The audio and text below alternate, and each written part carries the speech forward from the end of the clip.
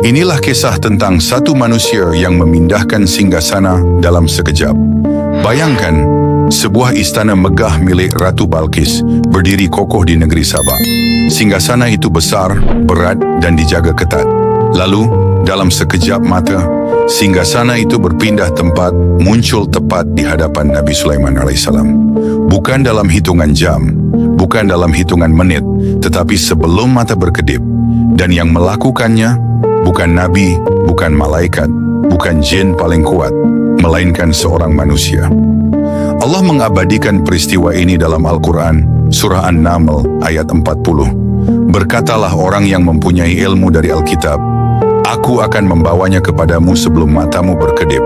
Maka ketika Sulaiman melihat singgasana itu telah terletak di hadapannya, ia berkata, ini termasuk karunia Tuhanku.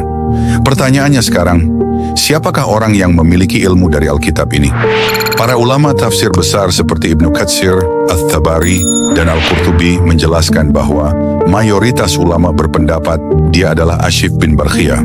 Ashif bin Barkhiyah bukan nabi, bukan raja, bukan panglima perang. Ia adalah penasihat Nabi Sulaiman alaihissalam, seorang hamba saleh yang diberi Allah ilmu dari Alkitab.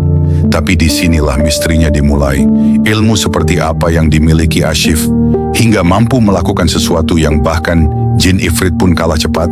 Dalam ayat sebelumnya, seekor Ifrit dari golongan jin berkata, aku akan membawanya kepadamu sebelum engkau berdiri dari tempat dudukmu. Artinya, jin kuat itu butuh waktu. Namun Ashif berkata, sebelum matamu berkedip. Para ulama menyebutkan, Ashif bin Barkhiyah mengetahui Ismul Azam, nama Allah yang jika digunakan untuk berdoa, pasti dikabulkan. Dengan menyebut nama Allah itu, bumi dilipat, jarak dihapus, dan singgasana berpindah tanpa melanggar hukum Allah.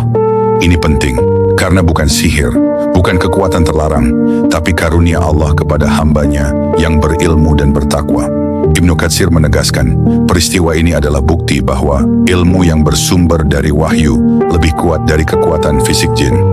Dan yang lebih mengejutkan lagi, setelah melihat mukjizat itu, Nabi Sulaiman alaihissalam tidak sombong. Beliau justru berkata, ini termasuk karunia Tuhanku untuk mengujiku apakah aku bersyukur atau kufur. Padahal itu terjadi di bawah kekuasaannya. Artinya bahkan Nabi pun diuji dengan nikmat luar biasa. Ashif tidak dikenal namanya dalam Al-Quran, tidak diceritakan silsilahnya, tidak dijelaskan wajahnya. Namun satu perbuatannya diabadikan sampai hari kiamat. Allah sengaja menyembunyikan detailnya, agar manusia tidak memuja sosoknya, tetapi meneladani iman dan ilmunya.